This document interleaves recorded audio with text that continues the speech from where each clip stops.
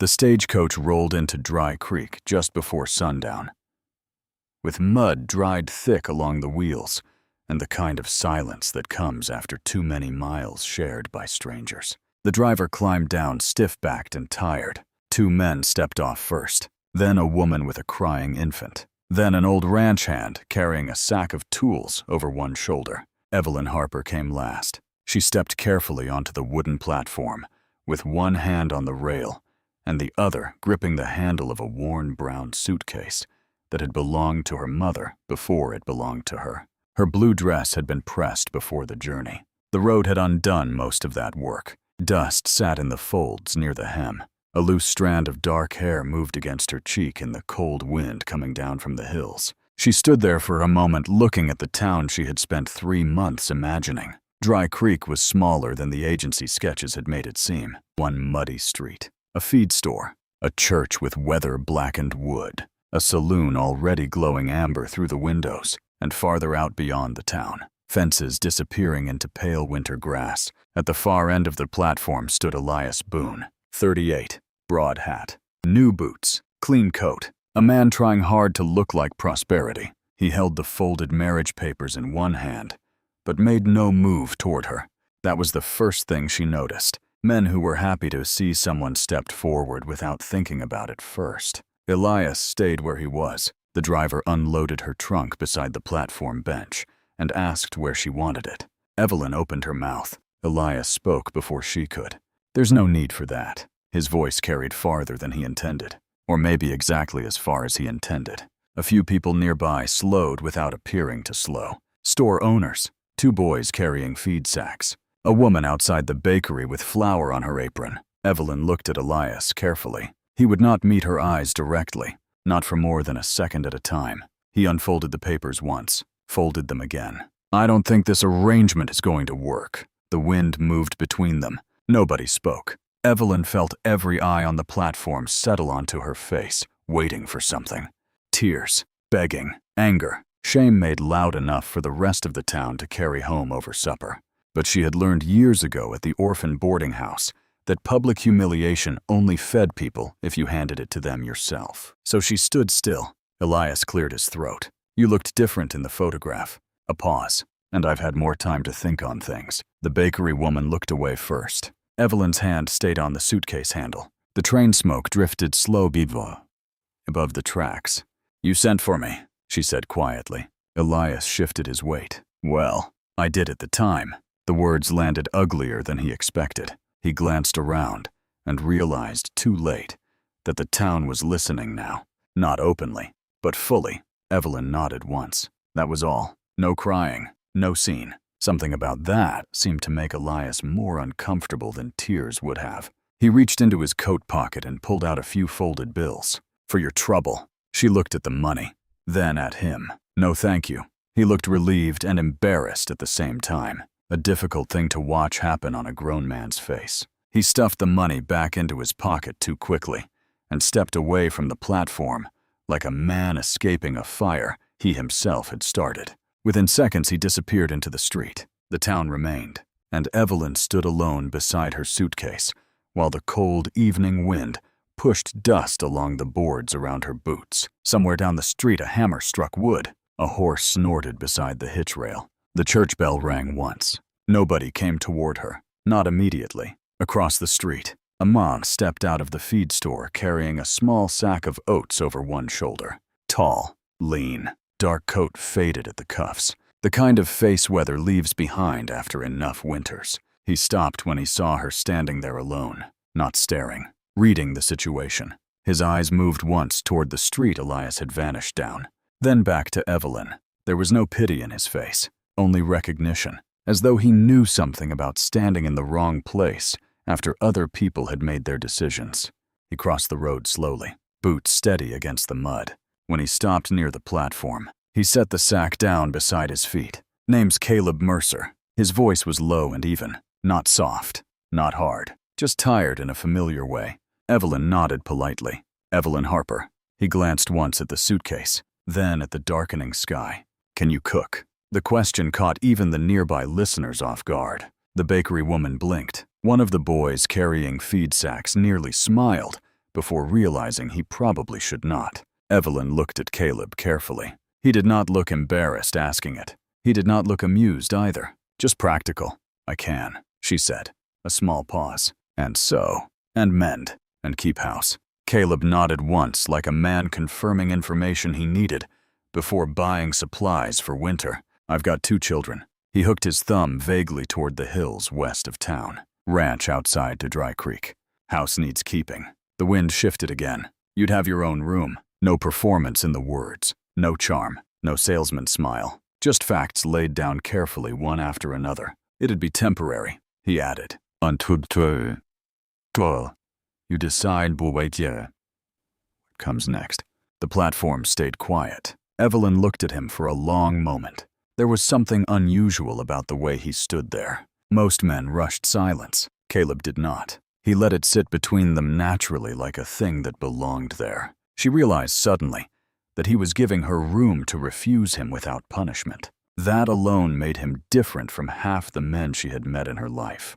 Why? She asked. His eyes moved once toward the empty street behind her, then back, because winter's close. Nothing more than that. No speech about kindness. No grand declaration. Just the simple truth. Winter was close, and no decent person left another human being alone on a platform with nowhere to sleep when winter was close. Evelyn looked down at her suitcase, then toward the mountains beyond town. The sun had nearly disappeared behind them now, leaving the whole valley washed in blue-gray evening light. She thought about the orphanage laundry room, where she had spent winters with cracked hands and frozen pipes. She thought about sleeping in boarding houses beside strangers, about starting over again somewhere farther west, with money she no longer had. Then she looked back at Caleb Mercer. Do your children know I'm coming? Not yet. You should probably warn them first. Something moved once at the corner of his mouth. Not quite a smile. Probably. She picked up her suitcase. All right, she said. The bakery woman let out a breath she had been holding. Caleb picked up the heavier trunk without being asked. Together, they walked off the platform and into the cold evening, while Dry Creek watched them go. The Mercer Ranch sat nearly 40 minutes outside town, where the fences widened and the hills opened into pale grassland, broken by patches of pine. Night had settled by the time they arrived. Warm yellow light glowed through one kitchen window. The barn stood dark against the stars. Evelyn climbed down from the wagon, stiff-legged from the ride. Caleb carried her trunk onto the porch while she stood taking in the house. Nothing about it was neglected, but nothing about it felt lived in either. The porch boards had been repaired carefully, but not painted in years. The curtains inside hung plain and practical. Near the front window sat a wooden rocking chair, with a folded blanket draped neatly across the back. No dust touched the chair, but something about it felt untouched all the same. Caleb noticed her looking. My wife's. The words came quietly, not dramatic, just information. Evelyn nodded once. He opened the door. Warmth from the stove rolled out immediately, carrying the smell of wood smoke and coffee grounds. A little girl appeared first, small, curly brown hair, barefoot despite the cold. She stopped so suddenly in the middle of the room that the spoon in her hand clattered onto the floor. Behind her stood a boy, around 11, holding a piece of harness leather he had been working on. His eyes moved from Evelyn to Caleb and stayed there. The girl spoke first. Who's that? Caleb removed his hat. This is Miss Harper. The girl looked delighted by the possibility of someone new existing in the world. The boy looked less certain. She's staying. For a while. The little girl smiled immediately.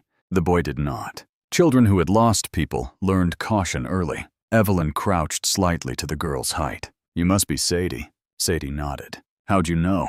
You look exactly like someone named Sadie. The girl considered this seriously and accepted it.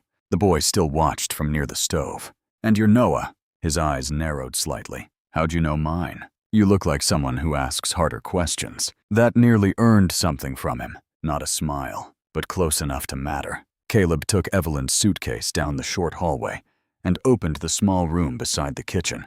Clean blankets, wash basin, a narrow bed near the window. Door locks, he said, if that matters. She looked at him. It did matter, more than he probably understood. Thank you. He nodded once and stepped back into the kitchen, without waiting for gratitude to become awkward. Evelyn sat on the edge of the bed after he left. The house creaked softly around her. From the kitchen came the sound of Sadie asking too many questions all at once. Noah's lower voice answering only when necessary. The steady movement of Caleb at the stove. For the first time in weeks, Evelyn realized she was somewhere warm, without needing to earn the warmth first. That thought unsettled her more than the cold ever had. Later that night, she came quietly into the kitchen after washing up. Caleb stood near the counter, trying unsuccessfully to make supper from whatever remained in the pantry. Burnt onions, half-cooked beans, coffee boiled too long. He glanced up once when she entered. "There's bread somewhere," he said. She moved beside him carefully and lifted the pot lid. "You've got potatoes, some, and carrots, mostly for the horses." She looked at him. "The horses can spare too." That almost brought the corner of his mouth upward again. Almost. Without asking permission, she rolled her sleeves back and moved toward the stove. Caleb stepped aside immediately. No defensiveness, no wounded pride. Just room. The kitchen settled into quiet around them. Knife against cutting board, steam beginning to rise. Wood crackling softly in the stove. Sadie fell asleep in a chair before the meal was ready. Noah pretended not to watch Evelyn work, but he noticed everything. The way she saved scraps. The way she tested broth with the back of the spoon. The way she moved around the kitchen like someone used to making little feel like enough. When the stew finally reached the table, Caleb sat down slowly. The smell alone changed the room. Not fancy, not rich, but warm in a way the house had not smelled in a long time. Noah took one bite and looked up before he could stop himself. Sadie smiled openly. Caleb ate quietly for several moments. Then he set the spoon down. "This is good." Evelyn looked at her bowl instead of him. "It's just stew." "Number," Sadie said immediately. "It's different stew." That made Noah look down fast to hide something dangerously close to agreement. Outside, winter wind moved softly against the walls of the house. Inside, for the first time in a very long while, the Mercer table did not feel like a place people simply passed through on their way to somewhere else. Morning arrived gray and cold across the Mercer ranch. The wind had changed direction overnight. Evelyn could hear it moving along the side of the barn before she even opened her eyes. The sound of it carried through the walls in long, steady breaths that made the whole house feel smaller and warmer at the same time. For a moment, she forgot where she was. Then she smelled coffee. Not burnt this time. She sat up slowly in the narrow bed and listened. Boots crossing the kitchen floor, the soft scrape of a chair, wood settling in the stove, a child laughing once before being shushed, the sounds of a house already awake. Something inside her chest loosened before she could stop it. She dressed quietly and stepped into the kitchen with her sleeves rolled and her hair pinned back loosely at the neck. Caleb stood at the stove with his back half turned toward her, pouring coffee into 2 cups. Noah sat at the table working a strip of leather between his hands, while Sadie colored badly on a piece of old feed paper with a broken pencil. The room smelled like coffee steam and fresh bread warming near the stove.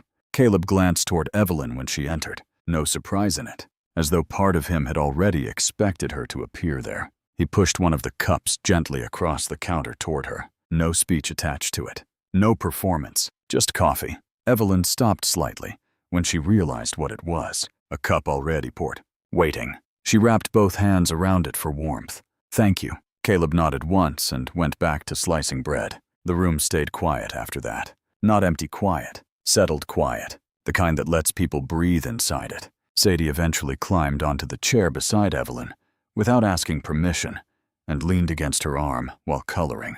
Noah noticed. He said nothing, but he noticed. Later that morning, Caleb went out to repair part of the north fence where winter winds had started pulling the posts loose. Noah followed, carrying tools that looked slightly too heavy for him. Evelyn stayed behind to wash laundry and straighten the house. At first, she moved carefully around certain things. The rocking chair near the front window, a folded shawl still hanging near the hallway, a sewing basket untouched on the shelf beside the stove. The house carried traces of another woman everywhere. Not dramatic ones, small ones, the kind left behind by ordinary living. She found herself wondering what Caleb's wife had sounded like when she laughed. That thought surprised her enough to stop moving for a moment. Outside, she could hear the distant rhythm of hammering from the fence line. Steady, patient. She looked through the window. Caleb stood against the pale grassland, with his coat collar turned against the cold, while Noah held the post upright beside him.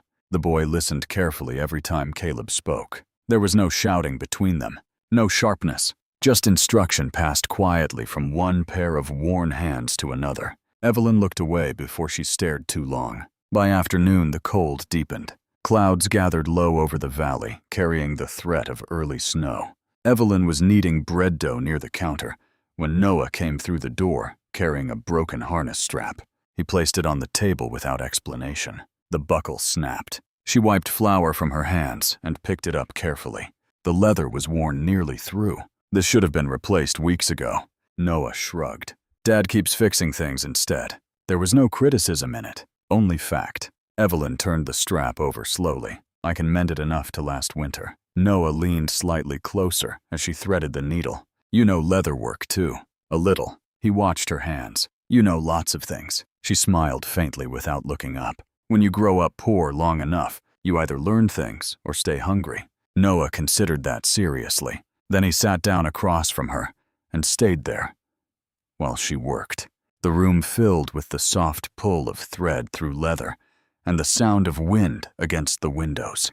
After a while, Noah spoke without raising his eyes. Dad doesn't talk much, I noticed. He used to more. Her hand slowed slightly. Before your mother. Noah nodded once. The room quieted again. He picked at the edge of the table with one finger. People stopped coming around after she did. A pause. Then Dad stopped asking them to. Evelyn looked at the boy carefully. Children carried loneliness differently than adults did. Adults buried it. Children simply grew around it until it became part of their shape. Noah glanced toward the front room. You don't have to stay if you don't want to. The words came out carefully arranged to sound casual, which made them sadder. Evelyn tied off the final stitch and handed the repaired strap back to him. I know. He nodded. But he stayed sitting there a little longer after that. That evening, snow began just after dark. Thin at first, then thicker as the temperature dropped. Caleb came in carrying cold air and pine smell on his coat. Snow rested across his shoulders in pale streaks already melting near the stove. Sadie ran toward him immediately. Miss Evelyn fixed Noah's harness. Caleb glanced towards the table where the strap rested neatly coiled. Then toward Evelyn. You didn't have to. It needed doing. He studied the repair closely in his hands. The stitching was clean, strong, done properly. When he looked back at her, something in his expression had changed slightly. Not surprise. Recognition. As though he was beginning to understand the shape of the person sitting in his kitchen. That night after supper, Noah lingered near the stove, pretending to work on the same strip of leather for nearly an hour. Sadie fell asleep curled sideways in the rocking chair, with the blanket half hanging from her lap. Evelyn noticed Caleb watching the chair from across the room, not the child, the chair itself. His eyes rested there carefully like a man approaching old grief, slowly enough not to wake it. He caught Evelyn noticing. For a second, neither of them looked away. Then he moved quietly across the room and lifted Sadie from the chair with practiced gentleness. The little girl stirred against his shoulder, but did not wake. Caleb carried her down the hallway toward bed, while Evelyn remained near the stove, listening to the floorboards creak softly beneath his boots. When he returned, he paused near the doorway. The chair was my wife's favorite place in winter. The words came unexpectedly, not forced, simply arriving. Evelyn looked towards the chair. The blanket still held the shape of the sleeping child. She used to sit there every evening, Caleb said quietly, closest spot to the fire. A long pause settled between them. She made this house feel full. The stove cracked softly. Snow tapped against the windows. Evelyn folded the dish towel slowly in her hands. What was her name? Clara. He said it gently, like something fragile enough to bruise if spoken too quickly. Evelyn nodded once. She must have loved this house very much. Caleb looked toward the fire. She tried hard to. Something inside those words stayed in the room after he said them. Not all grief came from losing perfect things. Sometimes grief came from unfinished trying. Evelyn understood that without asking further. The next morning, the ranch woke beneath fresh snow. White stretched across the fields in long, untouched sheets, broken only by fence posts and horse tracks near the barn. Evelyn stepped onto the porch, carrying a bucket of feed before sunrise, and stopped when she saw Caleb already outside splitting wood near the side fence. Steam rose from the horses behind him. The sound of the axe carried sharply through the cold morning air. He noticed her standing there and lowered the axe immediately. Too cold for that without gloves. Before she could answer, he crossed the yard, disappeared briefly into the barn, then returned holding an older pair lined with wool. He handed them to her. They were Clara's. Evelyn hesitated. Caleb shook his head once. She'd rather someone use them. The gloves were warm from the barn. Evelyn slipped them on slowly. They fit perfectly. Something about that nearly undid her. Not because of the gloves themselves, because this family had begun offering her pieces of their life without making the ceremony of it. And she no longer knew exactly when she had started accepting them. By the second week of December, the talk in Dry Creek had settled into something quieter and meaner, not loud gossip anymore. That would have passed quickly. This was the slower kind. The kind people carry at home and unfold it over supper. Caleb Mercer had brought home a mail-order bride abandoned on the platform. She was living under his roof, cooking his meals, raising his children. People did not say improper things directly. Dry Creek liked to think of itself as respectable. Instead, they used concern. Concern carried cruelty much more politely. Evelyn felt it the moment she stepped into Heller's General Store that Thursday afternoon. Conversations lowered half a measure. Two women near the fabric rolls glanced toward her, and then quickly away. Old Mister. Grady suddenly found the shelves deeply interesting. Evelyn kept walking. Dignity was often just endurance made quiet. She gathered coffee beans, lamp oil, flour. At the counter, Martha Bellamy appeared beside her, with the careful smile of a woman preparing to deliver advice nobody had asked for. Martha was handsome, in the sharp, clean way of women who spent too much time watching other people's lives. "I suppose the Mercer children are happy for the company," she said. Evelyn counted coins onto the counter one by one. "They're good children." "Oh, I'm sure they are." A pause arranged carefully. But children grow attached quickly, especially after loss. Evelyn looked up slowly. Martha continued in the same soft voice. "It would be a shame if they became confused about what this arrangement is." The room stayed very still. Heller stopped pretending to organize receipts behind the counter. Evelyn folded the paper sack closed herself. "What arrangement is that?" Martha blinked once. "A temporary one." Evelyn lifted the sack into her arms. "Then I imagine it'll end when the people involved decide it should." She turned and walked toward the door before Martha could recover. Outside, cold wind hit her face immediately. She stood there a moment beneath the gray winter sky, letting the air settle her heartbeat back down. Then she started toward the wagon. Halfway there, she realized someone had stepped out of the feed store across the street. Caleb. He carried a small crate of horseshoes under one arm. He had heard enough, not all of it. Enough! Their eyes met across the muddy road. Evelyn expected questions. Instead, Caleb crossed to her quietly and took the heavier sack from her hands without speaking. They loaded the wagon together in silence. Only when he climbed onto the seat beside her did he finally speak. "She bothering you?" Evelyn adjusted the blanket across her lap. "No more than she bothers everyone." Caleb nodded once. The wagon started moving. Snow clouds gathered low beyond the hills. After several minutes, he spoke again without looking at her. "She stays." The words were simple, flat, final. Evelyn turned slightly toward him. He kept his eyes on the road. "I know how towns work," he said. "They'll get tired eventually." No speech, no promise to defend her honor. Just a man placing himself quietly beside someone and refusing to move. Something inside Evelyn went painfully warm. Back at the ranch, Noah met them near the barn carrying firewood against his chest. "You hear what Tommy Reed said in town?" he asked Caleb immediately. Caleb climbed down from the wagon. "Number." He said Miss Evelyn's probably leaving after winter, same as everybody else.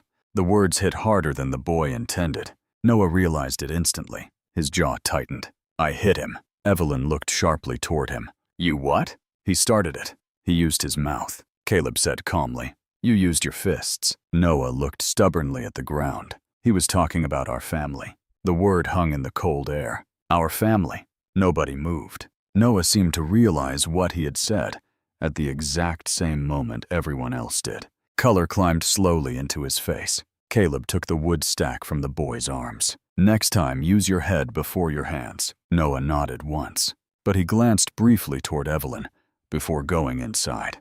A quick, uncertain glance, like a child checking whether he had ruined something important. Evelyn gave him the smallest nod. The tension left his shoulders immediately. That night, snow came harder. Wind pressed against the windows hard enough to rattle the glass. Sadie slept curled sideways beside the stove under 3 blankets, while Caleb repaired tack near the fire. Evelyn sat at the table mending one of Noah's shirts by lamplight. The house glowed gold against the storm outside. At some point, Caleb looked up from the leather in his hands. "You miss home?" The question arrived so quietly she almost thought she imagined it. Evelyn's needle slowed. "I'm not sure I ever had one long enough to miss." The fire cracked softly. Caleb looked down at the tack again. After a while he spoke without lifting his eyes. Still, one word, room enough inside it for honesty. Evelyn stared at the thread between her fingers. "I miss belonging somewhere without feeling temporary." The room stayed still after that. Caleb did not rush to answer, did not try to fix the sadness. He simply sat with it. After a long while he rose from the chair, crossed the room, and placed another log into the stove. The fire brightened instantly. More warmth rolled through the house. When he sat back down again, he did not return to his original chair. He chose the one closer to hers. Nothing was said about it. The storm worsened after midnight. Wind screamed across the valley hard enough to shake snow loose from the roof. Evelyn woke to the sound of coughing. Sadie, sharp, painfully deep for such a small child. She threw on her sweater and hurried down the hallway. Caleb was already there, lifting the little girl from bed, while Noah stood frightened near the doorway. Sadie burned hot with fever. By dawn, the roads had vanished beneath snowdrifts too deep for travel. No doctor could reach the ranch until the storm passed. The day became long and frightening. Steam from boiling water filled the kitchen. Wet cloths, medicine tea, cold towels changed every hour. Sadie drifted in and out of fever dreams against Evelyn's shoulder, while Caleb moved through the house with the quiet focus of a man holding fear tightly by the throat, so it could not spread to the children. Noah tried hard to be useful. More wood, more water, more blankets. No complaints. By evening, exhaustion settled into every room. Snow still hammered the windows. Evelyn sat in the rocking chair with Sadie sleeping weakly against her chest, wrapped in quilts near the fire. The chair creaked softly beneath them. Caleb stood near the stove, watching. Something moved across his face then. Not grief exactly. Memory. His wife had sat there with fever once, too. The same chair, the same storm, the same helplessness. Evelyn looked up and understood immediately. Without words, she shifted slightly in the chair. An offering. After a long moment, Caleb crossed the room and sat on the floor beside her boots. Not touching, just near. The storm howled outside the ranch house. Inside, only the fire moved. Sadie stirred weakly against Evelyn's shoulder and whispered through sleep, "Mama." The word entered the room softly, then stayed there. Noah froze beside the table. Caleb went completely still. Evelyn closed her eyes briefly. One breath, nothing more. Then she smoothed the little girl's hair gently back from her forehead. "It's all right, sweetheart." No correction, no embarrassment, only warmth. Caleb lowered his head slightly, where he sat beside the chair. The firelight moved across his face in slow gold shadows, and for the first time since Clara died, the Mercer house no longer felt like a place surviving grief. It felt like a place learning how to live beside it. Sadie's fever finally broke sometime before dawn. By morning, weak sunlight spilled across fresh snow outside the windows. The ranch stood silent beneath white hills and pale winter sky. Inside the kitchen, Noah slept at the table with his head resting on folded arms. Caleb still sat near the rocking chair. Sometime during the night, exhaustion had pulled him asleep there too. One hand rested loosely against the edge of the blanket covering Sadie. Evelyn looked at him quietly, at the lines winter and work had carved into his face, at the man who stayed, not loudly, not dramatically, just steadily, the way some fires stayed alive through storms, by refusing to go out. She realized suddenly she could no longer remember exactly when this house had stopped feeling borrowed. That frightened her a little, because temporary things were easier to survive. Permanent things could break you. Later that afternoon, the storm finally weakened enough for Caleb to ride into town for medicine. Evelyn stood on the porch, watching him saddle the horse beneath pale sunlight, reflecting off endless snow. "You don't have to go now," she said. "She's improving." Caleb tightened the saddle strap. "I know." He checked the blanket roll once more, then looked toward the house windows where Sadie still slept. "But I said I would." He mounted the horse. Simple as that. Promises mattered to him, even after danger passed. Evelyn watched him disappear slowly into the white valley beyond the fences, and standing there beneath the winter sky with cold air against her face and wood smoke rising behind her from the chimney, she understood something she had been trying not to understand for weeks. She no longer feared this house because she wanted to leave. She feared it because one day she might be asked to.